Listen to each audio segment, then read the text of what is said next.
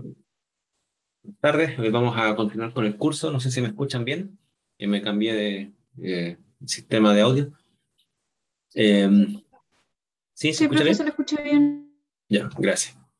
Eh, Bien, les recuerdo lo que estábamos viendo y a dónde vamos. Yo les había dicho a ustedes que teníamos que ver cifras de mérito cromatográfica y dentro de las cifras de mérito cromatográficas, bueno, hemos visto varias. Tiempo de retención, que es el más fácil e intuitivo de entender. Por otro lado, vimos lo que era la altura del plato teórico equivalente, su consecuente que sería el número de platos, ¿ok? Porque obviamente que la altura del plato teórico equivalente me dice cuántos platos tiene una columna conociendo su largo. Y también vimos el concepto de tiempo muerto, que esta era la última diapo que teníamos, que es un parámetro que normalmente se olvida mucho en cromatografía, y que es un parámetro que hay que conocer, sobre todo si los tiempos de retención de mi analito son muy cortos. Y dijimos que el tiempo muerto era aquel tiempo de retención que presenta una especie química que tiene cero afinidad por la fase estacionaria y por lo tanto avanza a la misma velocidad que la fase móvil, porque no tiene retención. Entonces, y el tiempo muerto está muy ligado al volumen muerto, por cuanto el tiempo que le tomaría entonces a una sustancia química que presente cero afinidad por la fase estacionaria, es decir, coeficiente de distribución cero, ese tiempo va a depender del volumen muerto, es decir, del volumen de fase estacionaria, perdón, del volumen de la columna que no estaría ocupada por la fase estacionaria y la ocuparía, por tanto, fase móvil. Y ese es el tiempo mínimo que le tomaría un anelito a eluir. Claro. Entonces, ese F que está acá, ¿no es cierto?, en la ecuación es flujo, es el flujo de la fase móvil. Eh, Como les decía, antiguamente se evaluaba las magnitudes de la ilusión con volumen de retención, es decir, cuánto volumen de fase móvil tenía que bombear para que el analito diluyera. Pero ahora con los cronómetros lo que se estima es el tiempo de retención, pero la conversión de unidad siempre es a través del flujo. ¿Ok? Y como muestra este cromatograma que está acá abajo, el tiempo muerto, bueno, dijimos en la última clase que hay dos formas de estimarlo. Una forma experimental, que es la que yo siempre recomiendo, que es inyectar un analito que uno sabe de antemano que tiene cero afinidad por la fase estacionaria, siempre que el analito genere señal en el detector. Entonces yo con eso puedo estimar el tiempo muerto. La otra forma experimental que permite estimar el tiempo muerto de forma más o menos accidental es la pequeña distorsión de señal que genera el solvente de la muestra problema. Como yo les decía, si yo tengo una muestra de urea que lo que más tiene, perdón, una muestra de orina que lo que más tiene agua y urea, bueno, es muy probable que un analito en ella, por ejemplo un esteroide, va a estar diluyendo a un tiempo razonable.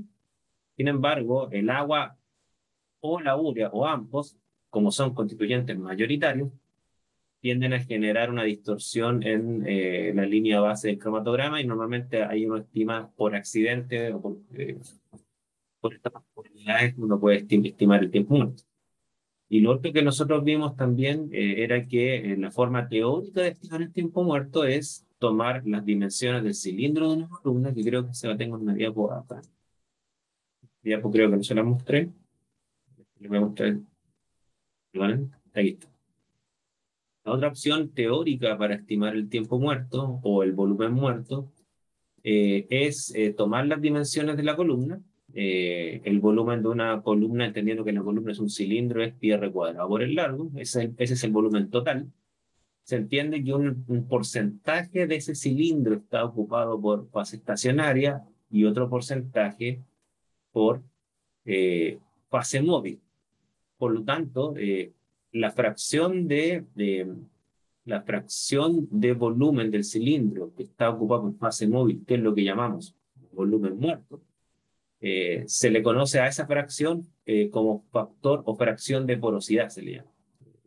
Y de forma estimativa, la mayoría de los factores de porosidad, pero se presentan por porosidad, ¿no es cierto? La mayoría de los factores de porosidad tienen valores más o menos conocidos. Se mueven más o menos entre 0,4 a 0,8, o sea, más o menos entre el 40 al 80% del cilindro de una columna cromatográfica es poro, y por lo tanto, no, si yo lo escucho a usted, el navegador se cae, uno puede entrar. A ver, lo que voy a hacer, si es que alguno de ustedes tiene contacto con sus compañeros, denme un segundo. Se cayó el navegador y obviamente no van a poder entrar. Lo que voy a hacer es les voy a pegar la dirección acá, de forma que si ustedes tienen comunicación con sus compañeros, le manden la dirección de la reunión. Ya sea, en el fondo le copian y le pegan esto que les peguen el chat. Ahí. Bueno, en realidad el enlace solamente. Entonces, si es que algún compañero de ustedes tiene problemas, por favor, si me hacen el favor de mandarle por correo a sus compañeros el enlace. ¿Ok? De todas formas, todavía estamos haciendo un repaso. Espero que no creo que les perjudique esto. Entonces, como decía, ahí están entrando más personas. Como decía, entonces, uno puede estimar el volumen muerto como el volumen del cilindro multiplicado por un factor de porosidad. Y ese factor de porosidad se estima teóricamente, se mueve más o menos entre 0,4 y 0,8. La mayoría le endosan un valor de 0,4. Por lo tanto, el 40% más o menos del volumen de un cilindro sería volumen muerto. Y con ese volumen muerto y el flujo, yo puedo estimar el tiempo muerto. ¿Okay? De una forma de verlo. Entonces, este parámetro del tiempo muerto tiene dos usos. Por un lado, establecer el mínimo tiempo de retención sobre el cual ahí recién puedo identificar cualquier analito que tenga un tiempo de retención igual o estadísticamente similar al tiempo muerto, entonces yo no podría identificarlo ni mucho menos cuantificar. Ahora, la otra función que tiene el tiempo muerto es la que vamos a ver a continuación, que son las otras cifras de mérito que requieren del tiempo muerto para determinarse. ¿Ok? Eso es lo que vamos a ver a continuación. Así ya vamos. Vamos a incluir dos nuevas cifras de mérito cromatográficas, las cuales les dije yo que, visto bien a priori, parecieran que fuese inútil, pero son cifras de mérito que se conectan con la resolución.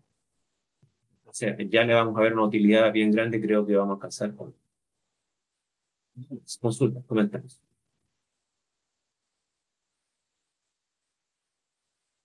¿Alguna duda, consulta, comentario? ¿Ok?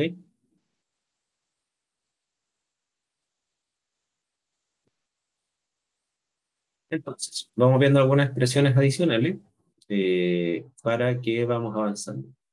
Este epsilon se le llama factor de porosidad. No sé por qué utilizan este símbolo, pero así aparece en los libros.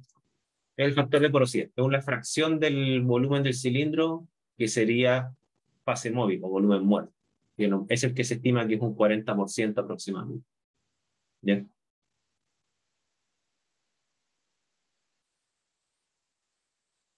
Más dudas, por favor.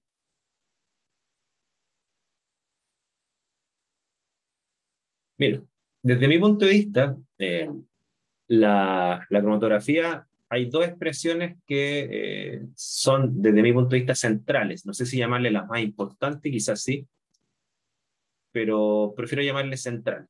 Esta es una expresión matemática que es meramente dimensional, pero tremendamente útil, que muestra la dependencia termodinámica que tiene la elusión en base a una columna y un parámetro que ustedes ya conocen, que es el coeficiente de distribución condicional.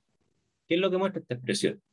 Que el volumen de retención de un analito va a ser igual al volumen muerto, es decir, un analito no puede tener un volumen de retención inferior al volumen muerto, por razones que acabamos de explicar, eh, pero se adiciona un volumen adicional que tiene que ver con la masa de fase estacionaria que tiene la columna, la masa, por el coeficiente de distribución del analito. ¿Ok? Lo que sí hay que entender es que este coeficiente de distribución hay que entenderlo de la siguiente forma, que voy a escribir acá para aclarar. Este coeficiente de distribución es la concentración de mi analito en la fase estacionaria dividido por la concentración de mi analito en la fase móvil. ¿Ok? Que para el caso de contracorriente, la fase móvil era la fase orgánica y la fase estacionaria era la fase acuosa. ¿Ok? Aquí en este caso, lo que nos muestra es que esta es la definición de coeficiente de distribución en cromatografía, y aquí lo que nos muestra es que mientras mayor es el D, ¿ok? Es decir, mientras más afín es mi analito para con la fase estacionaria, mayor va a ser mi coeficiente, perdón, mi volumen de retención. Mayor va a ser mi volumen de retención. Si mi analito tiene cero afinidad por la fase estacionaria, mi coeficiente de distribución va a valer cero y por lo tanto mi volumen de retención va a ser igual al volumen muerto. ¿Okay? Esta es una primera expresión que hay que tener claro. Como el volumen de retención se conecta con el tiempo de retención, explico esto inmediatamente. Como el volumen de retención se conecta con el tiempo de retención a través del flujo, entonces podemos decir que a mayor coeficiente de distribución, mayor. Era la M era la masa de fase estacionaria que hay dentro de la columna. Es decir, si yo tengo una columna, mientras más masa de fase estacionaria tengo una columna, más se va a retener el analito. ¿Ok? Recuerden que esto es un proceso hidrodinámico, entonces, si hay poca masa de fase estacionaria, por mucho que exista retención con la fase estacionaria, pero si hay pocos sitios activos, la cantidad de interacciones que va a tener el analito es menor y por lo tanto se demoraría menos que si existiera más masa de fase estacionaria. Ignacio. ¿Cómo? Profe, ¿por qué sería a mayor coeficiente, a ver, a mayor coeficiente de distribución, mayor volumen de retención, dijo? Pero bajo la definición de coeficiente de distribución que se utiliza en cromatografía, que es esta, que es la concentración de analito en fase estacionaria partido por fase móvil. Claro, pero si es que fuera así, significaría que la concentración de analito en la fase estacionaria es mayor que en la fase móvil. Claro, y eso significa que se retiene más en... Claro. Ah, claro, y se retiene más eso es bueno. Esta pregunta que hace Ignacio no es trivial, porque los libros tienen muchas formas de explicar esto. Y los libros que son más físicos tienen una forma de explicar lo que a mí me gusta, a pesar que no me gusta reducir la cromatografía solamente como un fenómeno físico. ¿Qué es lo que te dicen? Te dicen lo siguiente. Te dicen, mira, imagínate tú el proceso cromatográfico de un analito que se va reteniendo como una fracción de tiempo, es decir, la fracción de tiempo del analito que pasa en la fase móvil respecto de la fracción de tiempo del analito que pasa en la fase estacionaria a lo largo de un proceso cromatográfico. Entonces, claro, en un proceso cromatográfico, pongamos que un cromatograma toma 10 minutos, de esos 10 minutos, ¿cuánto tiempo el analito está en fase estacionaria y cuánto está en la fase móvil? Dice, imagínense eso. Y algunos textos trabajan la cromatografía de la siguiente forma. Dicen, mira, a mayor coeficiente de distribución, y fíjense lo que voy a decir, mayor tiempo o mayor fracción de tiempo pasa mi analito en la fase estacionaria. Esto es lo que plantea. Y por lo tanto, consecuencia, fíjense lo que voy a decir, consecuencia, la velocidad del analito es más baja. Si volvemos a la analogía que nos mostraba el video que vimos en la clase pasada, de estas personas que están en un pasillo de un aeropuerto y que habían tiendas alrededor, claro, uno dice, ¿quién avanza más rápido en el pasillo? El que pasa menos tiempo en las tiendas, o los que pasan menos tiempo en las tiendas. Eso avanza más rápido. ¿Ok?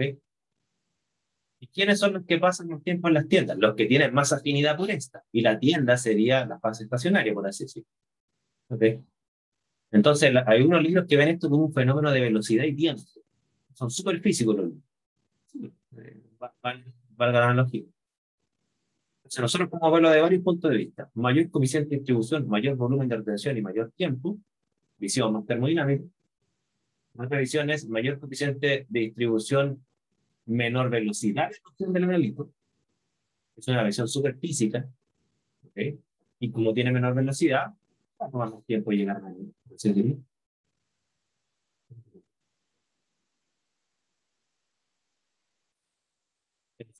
hacer como una conexión entre esas dos cosas. Yo creo que no le sale muy bien. Pero bueno, ahí yo le subí el capítulo del scoop para que lo lean. No, consultas, por favor.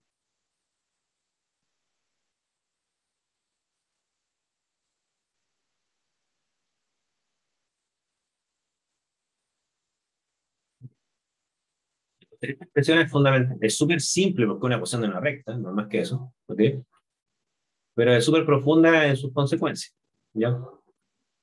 Porque aquí está toda la termodinámica. O sea, si yo quiero aumentar el tiempo de retención o disminuir el tiempo de retención de un analito, tengo que saber los parámetros de los cuales depende el coeficiente de distribución condicional. Y eso es pura termodinámica.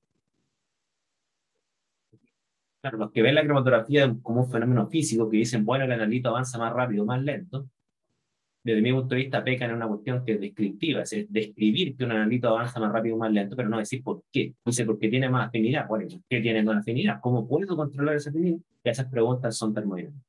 Y ahí la visión físico-cinética de la cromatografía queda corta, desde mi punto de vista.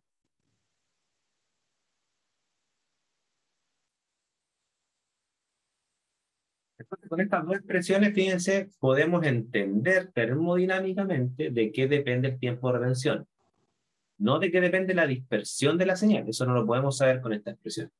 Mary. Disculpe, profe, que lo interrumpa, pero aún no me quedó claro lo de la masa de la fase, la M en la expresión. O sea, de hecho, aquí hay una cosa que yo me salté. Esto se puede explicar desde dos puntos de vista, desde un punto de vista como conceptual o matemático. ¿Ok? Las unidades que tiene el coeficiente de distribución en cromatografía tienen unidades, ¿ya? Esas unidades son ml, gramos. La unidad que tiene la masa de fase estacionaria es gramo, ¿ok? Y los otros volúmenes tienen que ser consecuentes con eso, tienen que ser en ml, el volumen mol, ¿ok? Entonces, ¿de dónde surge esta expresión? Y quizá ahí te puedo responder, Mary. ¿De dónde surge esta expresión? Surge de la época donde la gente hacía sus columnas. Es decir, ellos tenían un tubo, literalmente, y al tubo le agregaban una masa de fase estacionaria, o sea, se preparaban su propia columna. Lo que se dan cuenta que mientras más masa de fase estacionaria le agregaban al tubo, es decir, mientras más lo llenaban, literalmente, mayores eran los volúmenes del líquido. Esto era lo que veían. ¿Ok? Ahora, claro, hoy en día nadie anda preparando sus columnas, porque cuando la gente hacía sus columnas a mano, de hecho los que van en la laboratorio creo que van a hacer uno, si es que no lo han hecho ya. La gente cuando hacía sus columnas a mano, las columnas de plano, ya, desde mi punto de vista, las resoluciones que obtenían al separar sustancias eran muy malas, el número de platos teóricos que obtenían era pésimo, un plato, dos platos, tres platos, muy poco. Entonces, cuando se empezó a perfeccionar la tecnología para tratar el contacto, reduciendo el tamaño de partículas, ya no se podían hacer a mano.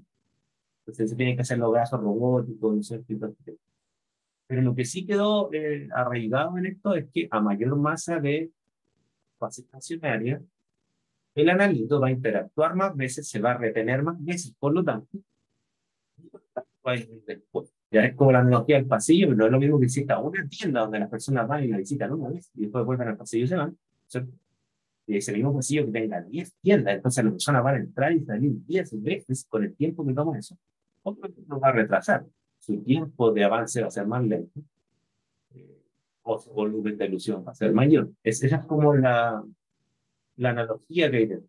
¿Ya? Porque si uno lo llevara a otro extremo, el tubo está vacío, tiene cero fase estacionaria, ese es un tubo vacío, ¿no es cierto? ¿Qué es lo que va a pasar con el anamito? Retención cero.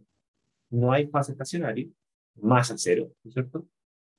Sería cero, por lo tanto, retención cero, el analito avanzaría con la fase móvil, volumen de retención igual volumen muerto, si quieren verlo así. Es un pasillo sin tiempo. Nadie se va a retener en tiendas que eran así, por así decirlo.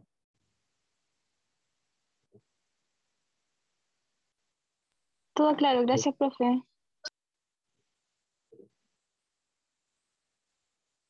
Como digo, hoy en día muy poca gente hace las columnas. Esto se hace ya por procesos mecanizados.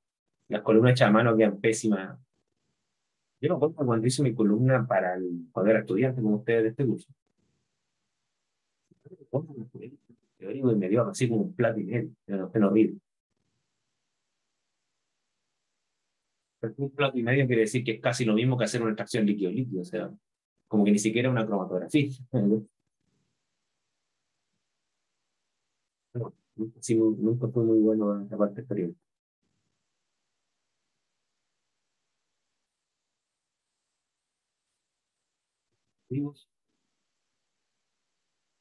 Siguiente cifra de mérito. Factor de capacidad. ¿Ok? Se lo voy a definir. Pareciera inútil, pero repito, controlen su frustración porque van a ver los líquidos.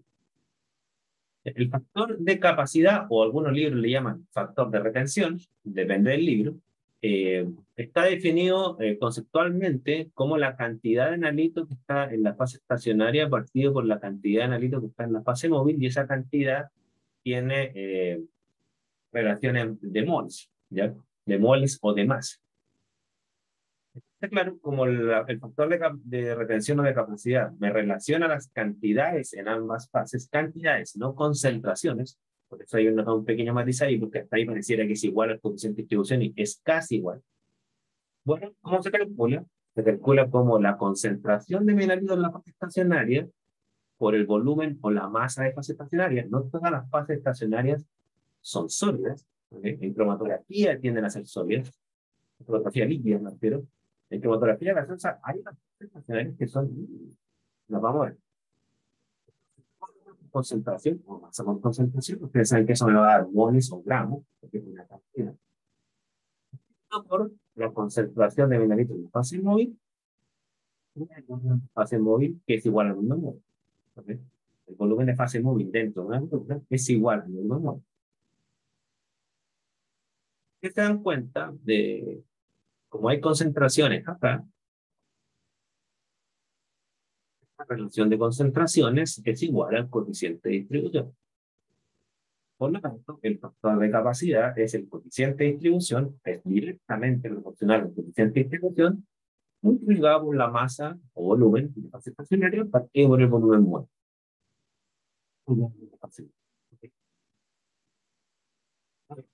Esta expresión que está ahí, así como está definida, es meramente conceptual. ¿Por qué? Porque no me sirve para determinar cuánto vale esta cifra de mérito. Yo no me sé el coeficiente de distribución de un analito en una cromatografía, no lo sé. ¿Okay?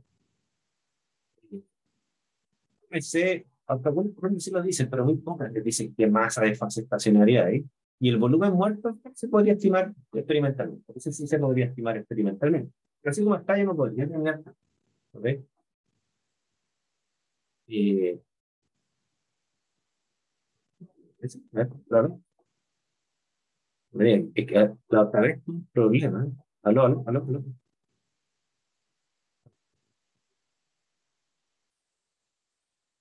¿Cómo me escuchan muy bajo? ¿No? Profe, se escucha como un poco entrecortado, pero quizás sea yo, no sé. No, yo, profe, yo creo que es su micrófono. Es como si se le... Sí, No Sí, a sé. mí también se me escucha entrecortado. voy a ver. Sigue. Quizás igual es cosa de la cercanía con su micrófono. Si lo puede poner un poquito más cerca. Vamos a ver. Espérense. Aló, aló. Aló, aló, aló. Sí, ahí quizás La debería mejorar. última clase, yo creo que mi computador tiene un problema en el micrófono porque la última clase me dio un error, se puso un señal roja y quedé muteado, ¿ustedes se acuerdan? ¿Ya? Y fue de la nada y se reinició el PC. Entonces no me extrañaría que tenga un problema o de hardware o de software con el micrófono, ¿ya? Pero si me están escuchando ahora, bueno, voy a continuar. Si se llega a volver, eh, digamos, ya imposible avanzar, bueno, ahí voy a tener que buscar otro micrófono que tengo uno guardado por ahí, ¿ya? Porque la última opción que puedo hacer es hablar por celular. Yo tendría que conectarme por celular. Espero que no llegue a ese nivel de desesperación, pero me avisa, ¿ya? Ahora se le escucha igual un poco mejor. Ya. Quizás está De muy hecho, lejos. Quizás está muy ¿podría lejos. explicar de nuevo esa parte? Sí, sí, no, por supuesto, por supuesto. Entonces, como les decía, el factor de capacidad de retención, entonces, y repito, porque obviamente hubo un problema de audio, me relaciona las cantidades de analitos que están en la fase estacionaria y en la fase móvil Y la relación entre cantidad y concentración es cuando yo multiplico concentración por volumen, por ejemplo, es cantidad, dependiendo de la unidad de la concentración, es moles o gramos, ¿cierto? Y lo mismo en la fase estacionaria. La cantidad de analito que hay en la fase estacionaria dentro de la columna, bueno, va a ser la concentración de analito en la fase estacionaria por el volumen o masa de fase estacionaria. Yo les dije que no todas las fases estacionarias en cromatografía son sólidas. En cromatografía líquida tienden a ser sólidas. En cromatografía gaseosa hay algunas fases estacionarias que son eh, no sólidas. Independiente del estado físico de la fase estacionaria, lo cierto es que lo que aquí voy a encerrar en azul, que es la relación de concentraciones, ¿ok? Es lo que nosotros llamamos coeficiente de distribución. Diego levantó la mano, creo. Sí, Diego. Sí. Es por el D, porque yo tenía entendido que cuando usábamos D en la otra extracción era orgánico partido acuoso. Y aquí Claro. es estacionario partido móvil. Entonces, ¿como que se dio vuelta? ¿O cómo? Claro, claro. En cromatografía finalmente definieron que el coeficiente de distribución es concentración de analito en fase estacionaria partido por concentración de analito en fase móvil. Sería así como el acuoso por el orgánico en contracorriente. Claro, es una buena observación. La dieron vuelta. Exactamente. ¿Ya? Ahora, no la dieron vuelta así mágicamente. Lo que pasa es que nosotros definimos el coeficiente de distribución como orgánico acuoso en un reparto líquido-líquido. Hay un contenido que yo me salté, por así decirlo, que es qué pasa si el reparto es no líquido-líquido, sino que es sólido-líquido. ¿Ok? Las expresiones son casi iguales que en cromatografía, que en el reparto líquido-líquido. Son los coeficientes de distribuciones, son las mismas curvas, es prácticamente todo igual. Pero el coeficiente de distribución en un reparto sólido-líquido, ¿ok? Se definió por Yupa como concentración de analito en el sólido partido por concentración en el líquido. Así se definieron en las extracciones simples, sólido-líquido. Ya, ese contenido yo me lo salto. Ahora, como las fases estacionarias son sólidas, entonces desde ahí quedó arrastrado el coeficiente de distribución definido de esta forma. Es la concentración del analito en el sólido partido por la concentración del analito en el líquido. Y como si el líquido que se mueve no es sólido, ¿no es cierto? Por razones obvias, porque el líquido es un fluido, de ahí quedó el coeficiente de distribución como que hubiese quedado al revés. De hecho, es al revés respecto del líquido líquido.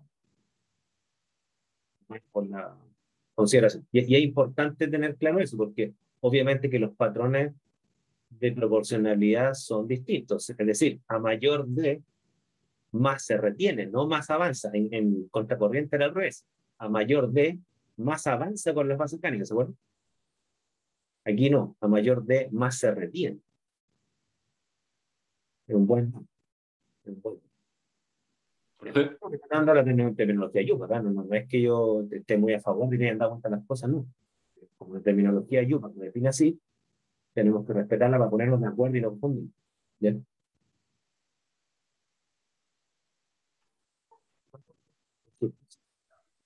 Profe, ¿por qué sale la masa estacionaria y el volumen muerto? Porque fíjate que la definición de factor de capacidad, ¿no es cierto? Es cantidad de analito en fase estacionaria por cantidad de analito en fase móvil. Claro, cantidad no es concentración, cantidad es, por ejemplo, masa o moles, eso es cantidad. ¿Ok? Entonces, claro, si yo quiero transformar cantidad de analito y lo tengo que transformar de esta forma, es concentración de analito, fase móvil, por ejemplo, por volumen. Ahí te va a dar moles o gramos, dependiendo de la unidad de la concentración.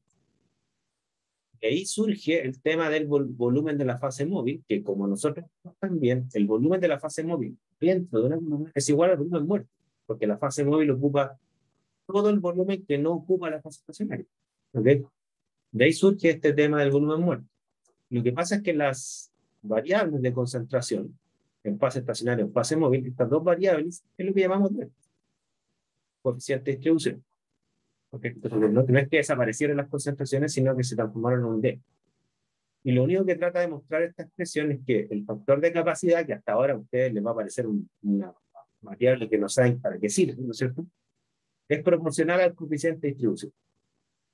Yo les digo a ustedes que esta cifra de mérito, porque yo puedo inventar cualquier cifra de mérito así, entonces vamos a ver que tiene una utilidad predictiva, la vamos a ir bien. Ya por ahora tienen que creerme. ¿Ya? Consulta. Ya, vale. ¿Sí? Me interesa que entienda la proporcionalidad. Mayor coeficiente de distribución, mayor factor de retención. Porque los otros parámetros son constantes, es decir, el volumen o masa de fase estacionaria y el volumen de la fase móvil o volumen muerto, ese no cambia, son parámetros fijos en la columna. Yo no puedo manipular eso. Lo que yo sí puedo manipular es el D, porque tiene una dependencia del movimiento. Yo puedo cambiar el pH también, por ejemplo. Yo puedo cambiar la polaridad y de una fase móvil cambio el D, por ejemplo. Yo puedo agregar un complejante a la fase móvil y cambio el D. Eso lo vamos a ir viendo. ¿Ya? Se abre toda la termodinámica. Ahora, como les dije, esta expresión no sirve para calcular K.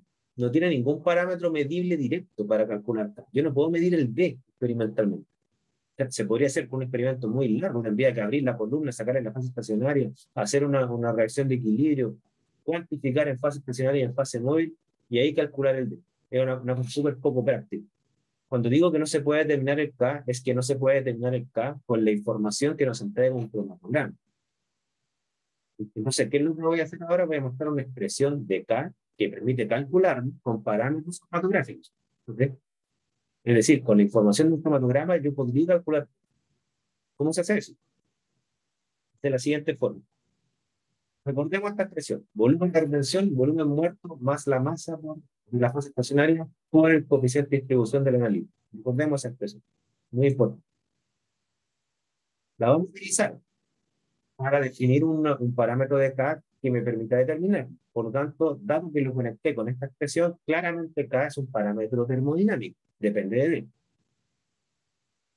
Entonces, si yo entiendo esta expresión matemática en que me relaciona que el volumen muerto es el volumen de retención por el volumen de retención es el volumen muerto más la masa por el D, y además yo transformo la masa de fase estacionaria como el factor de capacidad por el volumen muerto dividido por el D, que surge de la expresión de acá arriba, ¿ok?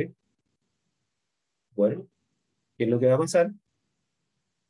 Que me transforma la expresión en donde el volumen de retención depende de K, ¿ok? Ahí queda que el volumen de retención es el volumen muerto multiplicado por el volumen. Así me queda la expresión matemática. Si la sigo trabajando, va a quedar así. Si yo aplico flujo a ambos lados de la expresión para transformar la unidad de ml a tiempo, ¿ok? Si yo aplico flujo a ambos lados, ¿cierto? Es decir, divido por el flujo a ambos lados, voy a pasar volúmenes de retención a muerto a tiempo, de retención y tiempo muerto. Me queda así, ¿ok? Y por lo tanto, si yo sigo trabajando esta expresión, llegamos a la definición empírica de K, que el factor de capacidad o de retención se define en base a dos parámetros que son experimentalmente medibles en un cromatograma.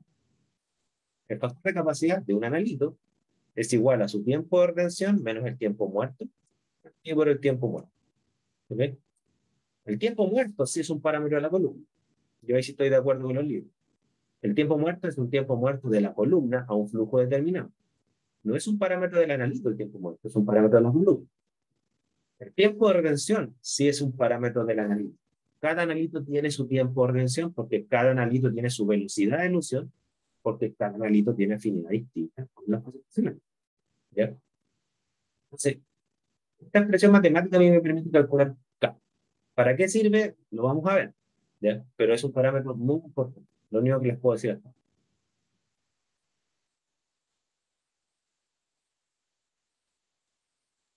Sí. ¿Miri? Ok, ¿me escucha bien, profe? Sí, fácil. Es que me perdí, no entendí muy bien cómo fue que pasó de la fórmula de masa abajo donde dice volumen muerto por 1 más K. Ah, ya, ya, No, ya. no Ya, sí, sí, entendí cómo te pasa eso. entiendo, mira. Claro, esto sea, claro, es que hay como un paso que se saltan, ¿cierto? Lo primero que se hace es que se deja la masa en función de el coeficiente de distribución. Si tú te fijas acá, la masa que está acá sería igual al K por el volumen muerto que pasa multiplicando, ¿ok? Partido por el D, que pasa dividiendo, ¿ok? De ahí surge esta expresión que está acá. ¿Estamos? Ahora, ¿qué se hace con esta masa? Se reemplaza aquí. ¿Sigues? Entonces, claro, si se reemplaza ahí, se te van a ir los D, ¿ok? Y te va a quedar K' por B0. Entonces, la ecuación que falta acá entre medio, la voy a escribir, sería que al tomar esta expresión que está acá y reemplazar la masa acá, ¿no es cierto? Esto te quedaría como que el volumen de reducción es igual al volumen muerto más, fíjense cómo se va B más, ¿sí? Por B0. ¿No? ¿Y qué es lo que hago acá, no es cierto? Con esta expresión, como tiene un factor común, B0 y B0, ¿ok? Claro, se factoriza por B0. O sea, te va a quedar a ti que el volumen de retención es igual al volumen muerto de 0 por 1 más Q. ¿Ok? Que es la expresión que está acá abajo, que Ah, es la que tú me estabas ya preguntando. entendí. ¿Ya? Ya. Claro, que Gracias, saltaron dos profe. pasos. ¿Ya? Saltaron dos. O sea, yo me salté dos pasos. En el libro sale bien descrito. ¿No? Yo me salté dos. Bueno, se divide por flujo para transformarlo en tiempo de retención y de ahí ya se rearregla la expresión para dejar todo en función de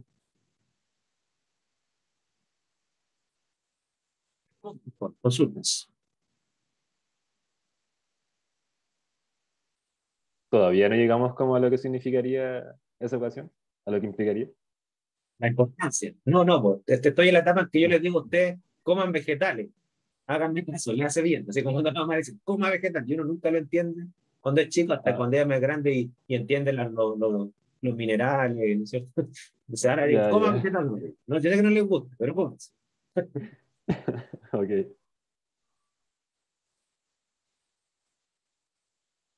Esta expresión importante, porque yo lo digo. Así como la mamá, porque yo lo digo. Bueno, por si me le echa la culpa a la mamá, pero bueno. Yo tengo un trauma con mi mamá era muy severa. Bueno, la otra expresión que vamos a utilizar, y también va a salir de la manga, ¿no es cierto? Así como le digo como en vegetales, ¿no es cierto? También le tengo que decir que tienen que tomar desayuno todos los días. Entonces, y mucha gente no le gusta tomar desayuno. Entonces yo tengo que retarlo si es que no toman desayuno y todo el tema. Entonces, hay otra cifra de mérito que es importante que se llama selectividad, que ya la definimos, fíjense. La definimos cuando veníamos hablando de corriente y cuando veníamos hablando también de extracción líquido-líquido. ¿Qué es el factor de selectividad? Es la relación de coeficientes de distribución de dos analitos que coeligen. El analito 2,1, ahora se llama idea como quieran ver. Por definición, el coeficiente de distribución mayor, es decir, el analito que más se retiene, ¿ok? Es el que va en el numerador. Es una definición cromatográfica. O sea, alfa tiene valores mayores o iguales a 1. Este es un alfa de selectividad, no confundir con el alfa de equilibrio competitivo. ¿Ya? Tienen la misma sigla, bueno, coincidencia. Ahora, como el factor de capacidad es proporcional a D, podemos definir también que el factor de selectividad se puede definir como la relación de factores de capacidad, porque ambos son proporcionales a D, y la única diferencia entre K y D es que están multiplicados por una constante, y esa constante es el volumen muerto y la masa de concentración. Por tanto, esa expresión matemáticamente es válida. La relación de D o la relación de K es exactamente lo mismo, se le llama selectividad. Ahora, ninguna de las dos expresiones le sirve para determinar la selectividad. Yo no sé D ni sé K de un cromatograma, eso no lo sé. Ya, entonces voy a transformar esta expresión a una expresión que sí me permite calcular alfa con parámetros cromatográficos medibles, que son los tiempos y los anchos. Esto es lo que yo sí veo en el programa. Y altos y anchos, no veo nada. Y la expresión es bien simple, así. ¿Ya? Nosotros sabemos que los factores de capacidad de cada uno de los analitos, de B y A, es tiempo de retención menos tiempo muerto partido por tiempo muerto. O sea, acá arriba tenemos una relación de tiempo. Tiempo de retención menos tiempo muerto partido por el tiempo muerto, de B. Abajo tenemos tiempo de retención de A menos tiempo muerto partido por el tiempo muerto. Los tiempos muertos, los denominadores se eliminan y queda una expresión de selectividad que es súper simple, tanto matemáticamente y muy útil a la hora de calcular la selectividad de una cromatografía. Conociendo los tiempos de retención y los tiempos muertos, yo puedo calcular la selectividad de una pareja que es positiva.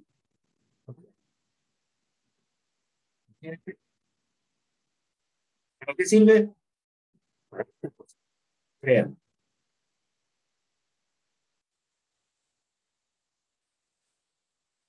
¿Dudas, consultas hasta ahí? O sea que valores de alfa de 1, digo, mayores de 1, daría como que la selectividad es mayor para no sé, el analito B, en ese caso. La selectividad no es un parámetro de un analito, es un parámetro de una pareja que coinvide. ¿Ya? Ya. Sí.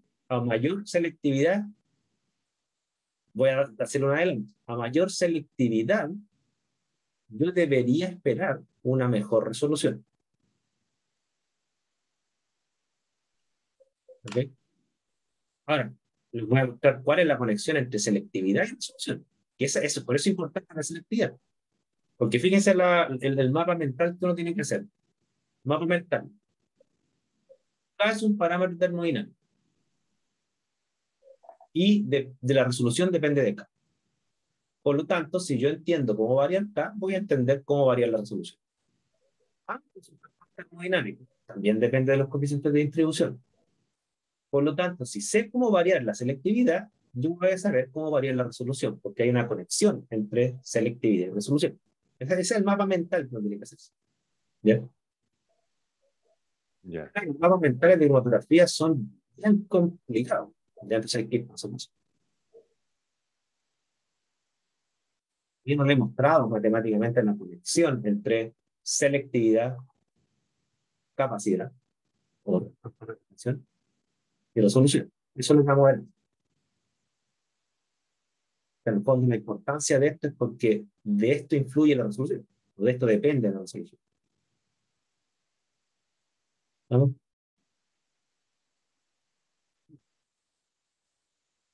Obviamente que está un poco constante. Si cambia los flujos, también los tiempos. ¿Ya?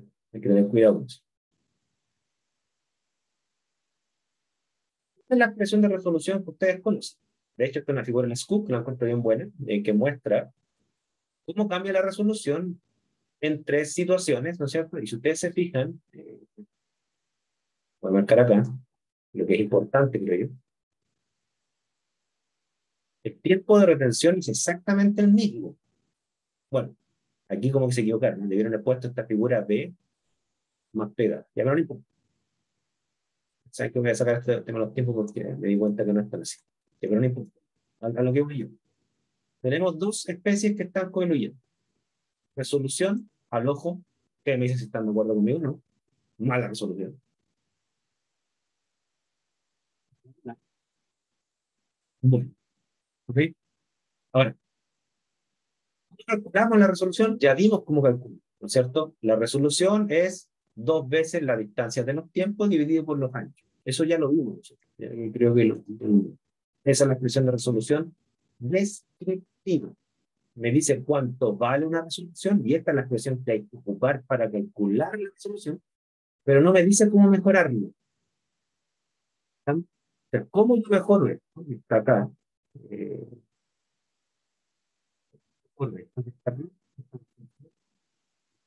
esas expresiones.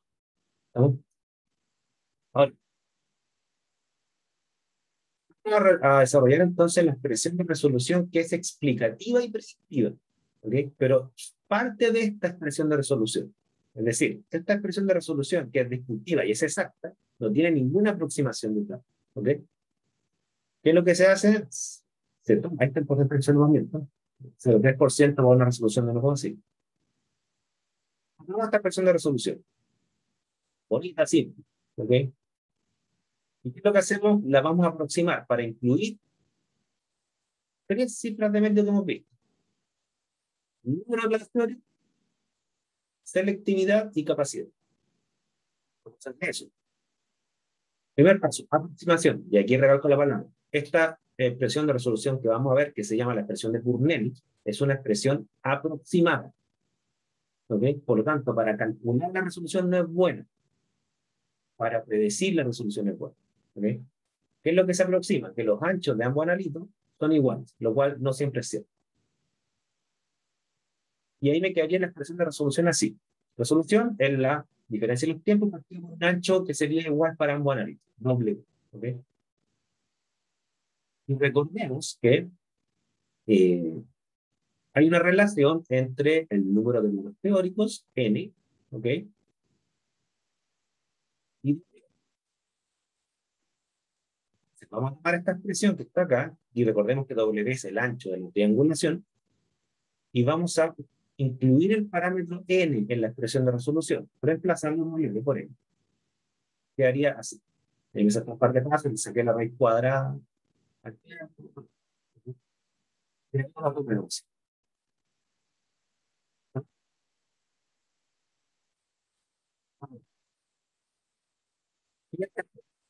vamos a incluir esta reconocida. ¿Ok? ¿Qué dijo? Se le cortó esa parte. La última. Como les decía, ¿qué es lo que vamos a hacer ahora? Incluimos n, ¿no es cierto? O sea, transformamos ancho, que es un parámetro descriptivo, o sea, yo puedo ver el ancho de una señal, pero lo voy a transformar en n, que es una cifra de mérito. ¿Por qué hay que incluir n? Muy importante, porque mientras más número de grupos teóricos tiene una columna, visión de Sweat, mejora la resolución. Por lo tanto, tengo que incluir n, porque es una variable importante a optimizar en un proceso si quiero mejorar la resolución. Entonces transformé W en N con esta expresión que está. ¿Ok? Luego lo que hice fue, vamos a incluir K. ¿Por qué? Porque K es un parámetro termodinámico. K depende del coeficiente de distribución. Y yo sé que puedo alterar un cromatograma a través de su tiempo. Por lo tanto, K es un parámetro que me va a permitir a mí tratar de conectar la termodinámica con la resolución. ¿Ok? ¿Cómo se hace eso? Tomando esta expresión de K, y aquí viene una aproximación nuevamente, ¿no es cierto? Todo el K que se trabaja acá, se trabaja asumiendo que es el K del segundo analito, ¿ok? No del primero, porque cada analito tiene un K, y como la resolución es de las dos especies, no de una, bueno, ¿qué es lo que hace este término? Aproxima toda la especie 2. Es decir, por ejemplo, ahí el K. Entonces, me da para que los que se perdieron. Aquí hay un tiempo de retención. Ojo, ojo. Aquí hay un tiempo de retención de la especie 2, que es esta. Hay un tiempo de retención de la especie 1, que es esta. Entonces, cada tiempo tiene su K, porque K es para cada analito, K de 2 y K de 1. Por lo tanto, la expresión matemática me quedaría así. ¿Vamos?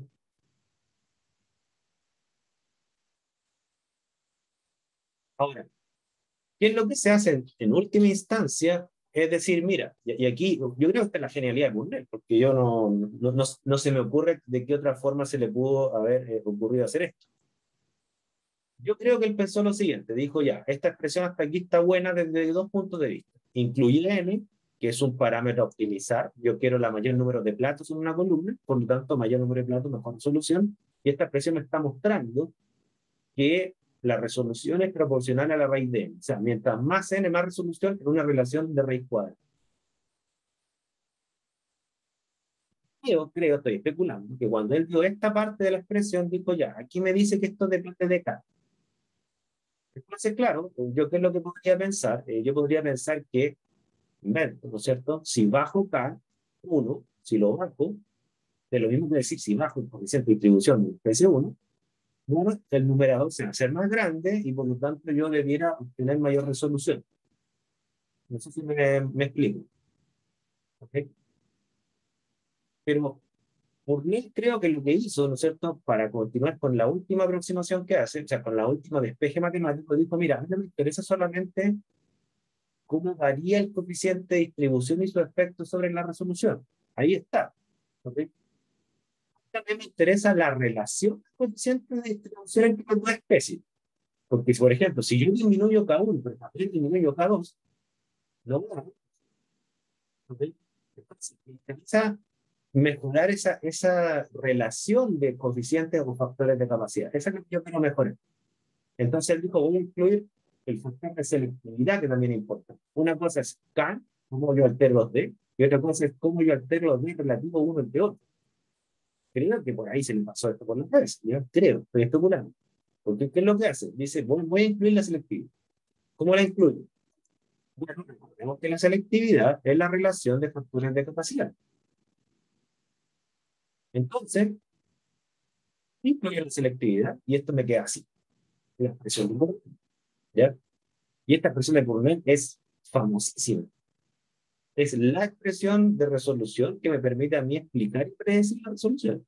Pero así como está, no es tan evidente su uso, lo vamos a ir viendo nosotros. Vamos a ir viendo paso.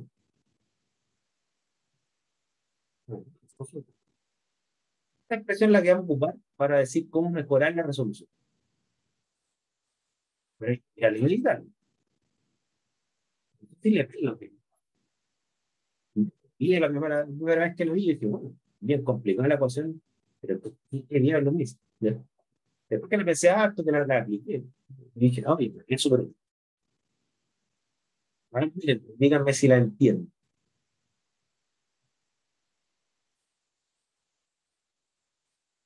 Mira que parece que están tomando el tiempo. Mira un segundo.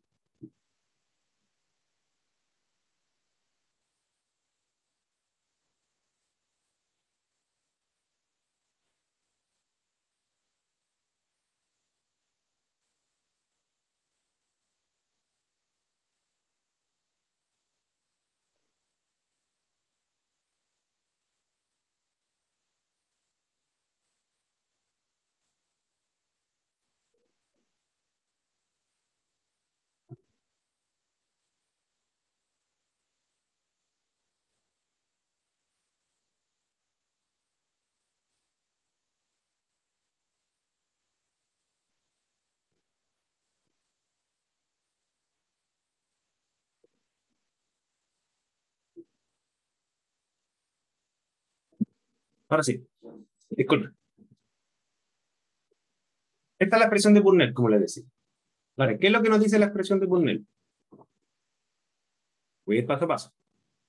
De aquí, si no ven la lógica, por favor, me lo preguntan 1000 veces si es necesario. Me dice, número 1, mayor número de platos, mayor resolución. ¿Y qué es lo que sabemos desde la teoría, de las teorías cromatográficas? Que el número de platos depende de H. ¿Ok? ¿Y H de qué depende? A ver si se acuerdan. ¿Qué refleja H? ¿Se acuerdan? La altura de la columna De los platos. Es la altura del plato teórico equivalente, es la longitud. Pero las preguntas que ustedes me hicieron, fíjense. ¿Y de qué depende H? No qué es H, ¿de qué depende? Conceptualmente hablando. De la dispersión del analito. ¿De la qué, perdón? ¿De la? del analito. O sea, cada analito tiene un H. ¿Cómo un analito tiene un H más pequeño o más grande? H depende del número de platos teóricos también. No, a ver. Sí. No, H es una longitud del plato. ¿Ok? ¿Cuántos platos teóricos tienes? Depende del largo de la columna. A un H constante, tú vas a tener más platos con una columna más larga. ¿Ya? Pero también va a depender de la afinidad, ¿o no? En estricto rigor, fíjense que no. Y aquí viene la discusión como súper conceptual de la cronografía, así que por favor, sigan el diálogo, sigan el diálogo. Cuando nosotros O sea que- vimos, cuando vimos la animación, yo les dije, por eso los analitos se distribuyen en este segmento, y no en un segmento más grande ni más chico. Ese por eso, ¿cuál era?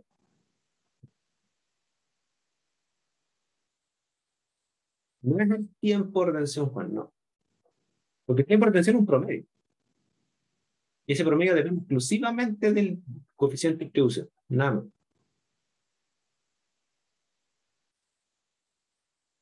Ahí voy a responder a Tomás esta pregunta, pero no quiero dedicarme del H y de ahí te respondo Tomás.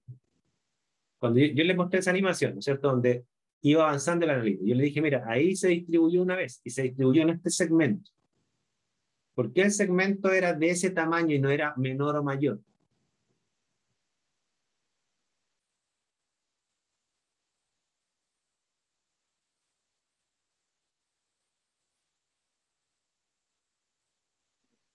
No se acuerdan, ¿eh? No sé, así como por decir algo, yo pensaría en el coeficiente de distribución, pero eso sería como similar a la afinidad igual, creo. ¿No? Como Claro, decirlo, claro. similar. No, y de hecho, el coeficiente de distribución, mira, aquí empiezan las dificultades conceptuales de la cromatografía. Por eso yo les digo que la cuestión no es simple. ¿Ya? Voy a dibujar un cromatógrafo, fíjense. De la concentración del analista no habíamos hablado también. Hay algo en el tema de la concentración del analito, pero respecto a una variable súper puntual. Miren, denme un segundo, yo voy a buscar aquí. Señal, tiempo de retención. ¿Ok? Una señal cromatográfica puede ser así. ¿Ok? O puede ser así.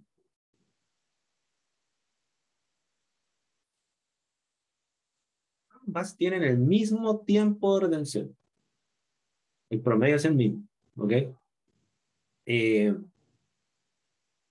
Por lo tanto, si estamos hablando de que la curva negra y la curva roja es el mismo analito y tienen el mismo tiempo, tienen exactamente el mismo coeficiente de distribución, el mismo analito. Era respecto a la segmentación que se hacía. ¿Ya? ¿Y qué pasa? ¿Por qué yo hacía esa segmentación en la columna? ¿Por qué si yo tengo una columna, fíjense, voy a dibujarlo acá? ¿Por qué si yo tengo una columna así, supongamos, un cilindro de este tipo, supongamos, ¿ya? Y yo la voy a segmentar en platos teóricos, la voy a segmentar acá en negro. Aquí tengo un segmento y los otros segmentos debiesen tener más o menos la misma longitud. Aquí tengo otro segmento, etc. ¿Por qué yo hago esos segmentos? La razón de que divido ahí. ¿Por qué no divido en un segmento más chico o en un segmento más grande? No sé si estará bien, pero ¿me escucha bien, profe? ¿Sí? ¿Me escucha bien? Ya. Según lo que tengo entendido, yo no sé si está bien, pero se busca tener la menor dispersión del analito para que entre más concentración al detector. Por lo tanto, mientras más platos teóricos existan, más chiquitito va a ser H, por lo que va a tener una mejor resolución. Ahí está. Ahí está. Ok. No sé si todos lo entendieron. Ahí está. ¿Cómo consigo mayor número de platos? Hay dos posibilidades. Opción número uno, me compro una columna más larga. En una columna más larga cae más platos. ¿Ok? Opción número dos es la que dice su compañero. Yo consigo más platos, mayor N, y por lo tanto mayor resolución, siempre y cuando yo tenga muy claro que estos platos dependen de la dispersión de analito. Es decir, aquí hay partículas de analito que están dispersas. ¿Ok? Mientras más dispersas estén las partículas de analito, van a ocupar un segmento mayor de la columna, proporcional a su dispersión, para distribuirse una vez. Puede que los analitos se distribuyan una vez en un segundo, pero si en ese segundo están dispersos en una longitud de 10 centímetros, ese es el plato. ¿Ya? Yo puedo tener otro analito que se dispersa en el mismo tiempo. En un segundo le toma ir y volver a la fase estacionaria a todas las partículas del anillo. Pero si está tremendamente homogénea su dispersión, les va a tomar un segmento de la columna muy corto hacer ese proceso. ¿Ya? Entonces, ¿cuál es la lógica de la cromatografía? De esta parte de la ecuación de Brunel. Esta ecuación de Brunel tiene 3 partes, recién estoy hablando una. ¿Ok? Si yo modifico variables experimentales que me permitan disminuir la dispersión de los analitos en la columna, ¿ok? ¿Yo qué es lo que voy a obtener? Efecto, más platos, porque dado que el H es más chico, tengo más platos, y por lo tanto me va a aumentar la resolución. Esa es la lógica de Brunel. ¿Ok? N no es una variable experimental. N es el efecto de una variable experimental. Yo puedo manipular N manipulando variables experimentales que me afecten la dispersión. Esa es la lógica. ¿Vale?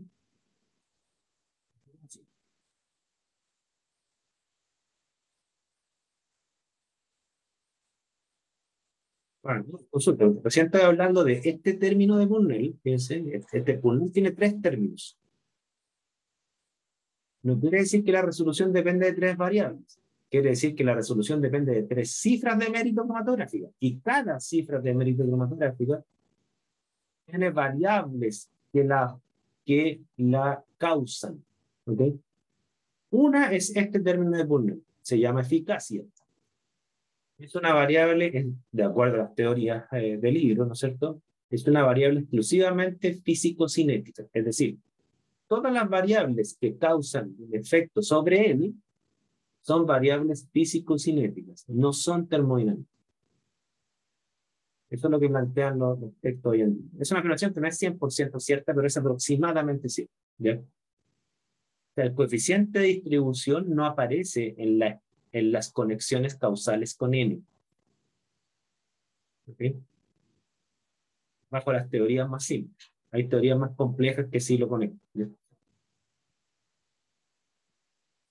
Bueno, como Tomás dice, modificando el flujo, ¿puedo modificar N entonces? Sí, porque del flujo depende la dispersión de las partículas, lo vamos a ver. ¿Ya? Y Tomás me pregunta acá, si se asumió que los W eran iguales entre los analitos, y más, ¿qué más se asumió para llegar a eso? No, la única aproximación, Tomás, de la expresión de Brunel es asumir que los anchos son iguales. ¿Okay? Por lo tanto, es una expresión aproximada. Que muchos libros ocupan la expresión de Brunel para calcular la resolución. Y en realidad, la expresión de Brunel no es una buena expresión para calcular la resolución.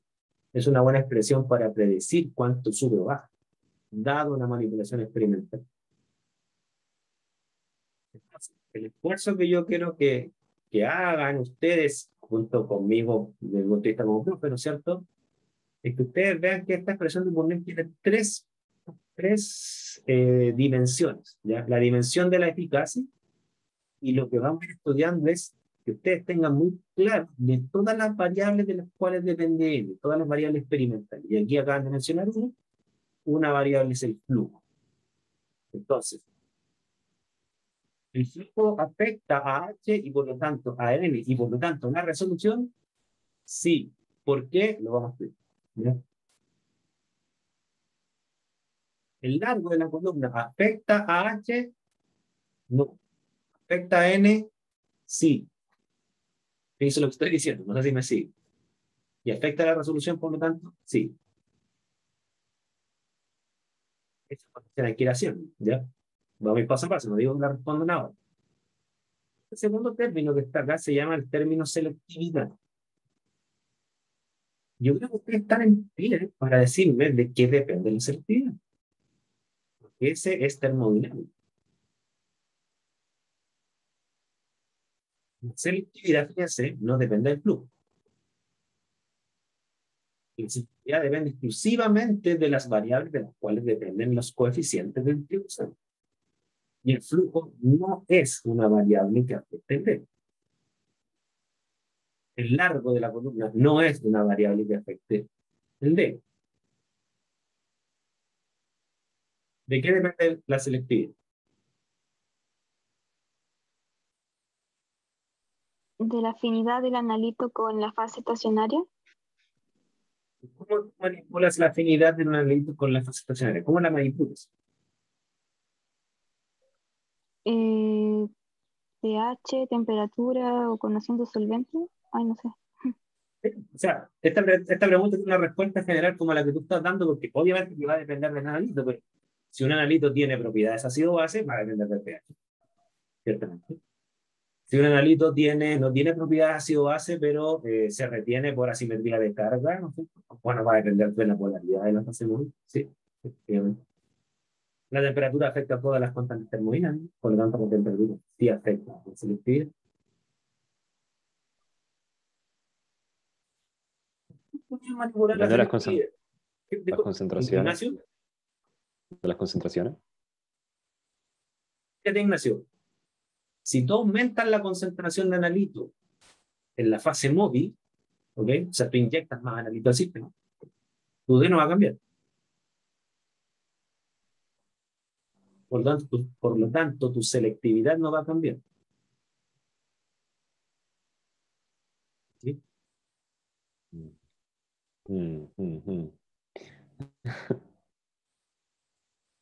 Aquí estamos pensando cromatográficamente. Mira, esta es la reflexión cromatográfica.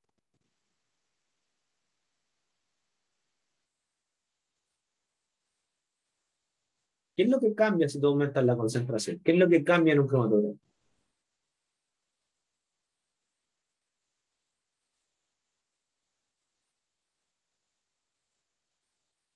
Voy a tomar lo que dice Ignacio. No digo que es irrelevante la concentración, digo que es irrelevante para alguien. Pero ¿quién afecta la concentración si yo inyecto cada vez más analito? A ver, piensa. En la dispersión. Mayor concentración va a significar más dispersión del analito. Exacto, ¿no es cierto? Ahí Michelle lo está viendo, ¿no es cierto? Si este es un analito inyectado a concentraciones bajas, la que está en línea roja, y yo inyecto ese mismo analito, el mismo analito en las mismas condiciones, pero 10 veces más concentrado, ¿qué es lo que me va a pasar? Me va a dar el mismo tiempo de retención, pero una señal más ensanchada y alta. ¿Ok? Por lo tanto, ¿qué es lo que se empeora? La dispersión.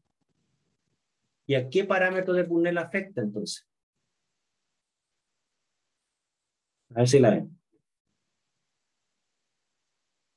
Si una señal se vuelve más ancha, ¿cuál es el parámetro de Purnell afectado? La selectividad. No, la selectividad depende exclusivamente de los coeficientes de distribución y siguen siendo los mismos. Ah, eso, la resolución, como dice Christopher. N. Yo digo, ¿va a afectar la resolución? Sí, pero ¿mediante cuál de los tres parámetros de Purnell? Tiene tres parámetros, este y La este. primera. La La primera N. primera, N. ¿Por qué? Como dice Christopher, porque afecta a doble E. Es decir, fíjense la conexión causal que estamos haciendo. Así, por eso la cromatografía es muy interesante, pero también muy compleja. Mayor concentración, ¿qué es lo que va a pasar? Mayor W.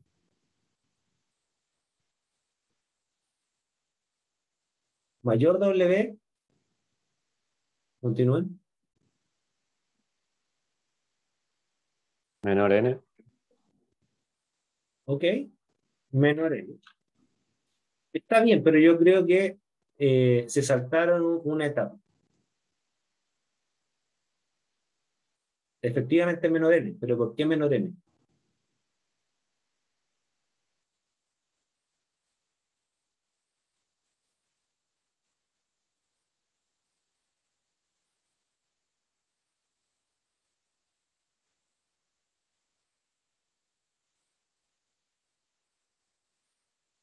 Si yo tengo una señal más ensanchada, quiere decir que las partículas están más dispersas.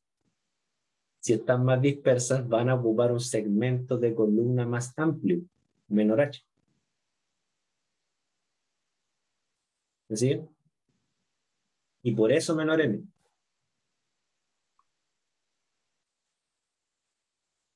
Complicado, ¿sí? Yo sé por qué ustedes dijeron menor N. ¿Por qué? Porque ustedes toman una ecuación, que es esta, que dice que, si no recuerdo, N es igual a 16 veces el tiempo de retención partido por W al cuadrado. Creo que toman eso ustedes. Pero tengo un problema aquí con los caracteres. Ahí. Ya, entonces, ¿qué dicen ustedes? Dicen, mira, bueno, y ahí creo yo que nos traiciona la matemática, a pesar que los llevó a una conclusión correcta, pero mediante un camino matemático desde mi punto de vista que está errado. ¿Ya? Ustedes dicen, bueno, mayor W, menor N, si eso es lo que me dice esta expresión, ¿no es cierto? Sí, pero esta expresión no es un patrón de causalidad. Esa expresión es una expresión que sirve para calcular, no para predecir. ¿Ok? El patrón causal tiene que ver con esto que está acá, de que N es igual a N dividido en H.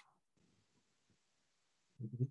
Y si ustedes tienen un mayor H, les va a dar un menor N en el contexto de la concentración. ¿Ya? ¿Alguien le está la mano y por la abajo? Pues no, se la precipité. Fíjense que la expresión de Purnell nos está llevando a pensar, o sea, la expresión de Purnell es la ventana a lo que es las variaciones experimentales. Si ustedes se preguntan, ¿qué pasa si varía esto? Lo que ustedes tendrían que decir, en fondo responder como subpregunta es, ¿a qué parámetro de Purnell afecta y por qué esa variación experimental? Ustedes me dicen, ¿qué pasa si yo duplico el flujo? ¿Qué pasa con la resolución? La pregunta es, ¿a qué variable afecta y por qué el flujo? ¿Cuál de los tres parámetros de Purnell? La gracia de la expresión de Purnell es que creo yo que se conecta con todas las variables experimentales fotografias. Pero eso va a tener que reflexionando unos pasos. ¿Bien? Quedamos acá porque ya son las 3:30. Bien, nos vemos. Prontamente les voy a subir una expresión, o sea, una preparación parcial que va a centrarse en calcular cifras de mérito cronográfico, calcularlas. Después vamos a ver temas de predecirlas, modificarlas, etc. ¿Ya? Quedamos hasta aquí. ¿Dudas, consultas, comentarios? Profe, ¿Sí? ¿va a subir este PPT? Sí, si no lo subí, lo voy a subir, sí. No, subí el Muchas gracias. Subí el primer disculpa, no el primer. Sí, voy a subir el primer. Ya. Muchas gracias, profe. Nos vemos el lunes. Chao, Cuídense. No, profe, gracias. No, profe, Gracias, profe, que esté bien. Muchas gracias, Gracias, profe. profe, Chao. chao. Chao.